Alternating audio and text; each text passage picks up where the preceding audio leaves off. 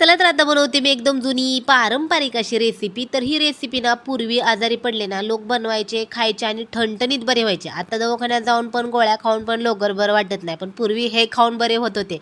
तर हे मात्र विशेषच आहे ना.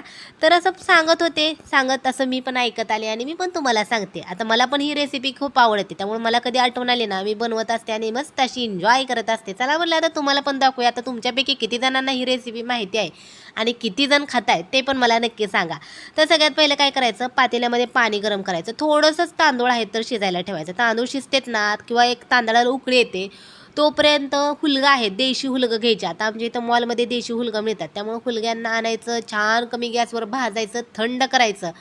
गिरण असेल तर गिरणीतून पीठ करून आणायचं, नसेल तर माझ्यासारखं मिक्सरमध्येच बारीक करून घ्यायचं. मिक्सरमध्ये बारीक केलेलं हुलग्याचं पीठ हे जे तांदूळ शिजत आले होते ना, त्याच्यात घालायचं, मीठ घालायचं आणि छान असं शिजवून घ्यायचं. मस्त असं आपलं माडगं तयार करून